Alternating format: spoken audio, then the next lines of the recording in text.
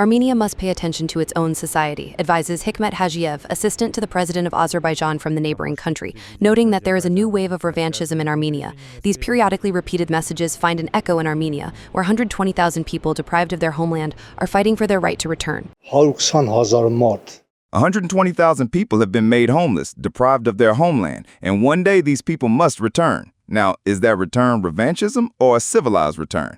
That is already a matter of terminology. We must return. Hajiev calls it revanchism. That's his problem.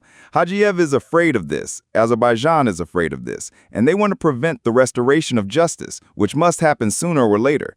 The absence of such sentiments in Armenia would be abnormal. If the goal is to return, then that is normal.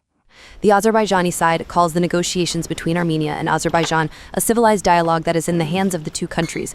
Neither Russia, the EU, nor the US are present. Political scientists constantly remind that mediators are necessary to monitor the implementation of agreements.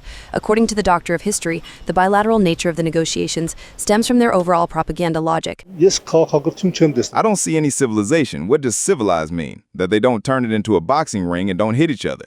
Is that probably what he means?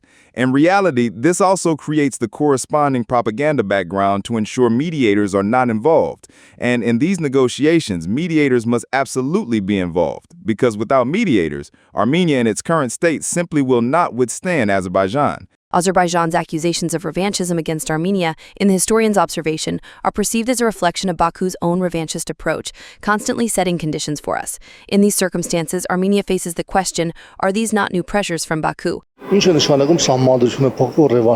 it mean, change the constitution so there is no revanchism? Then after the constitution, they will say that in order for there to be no revanchism, the 300,000 Azerbaijanis who left Armenia in the late 80s must return.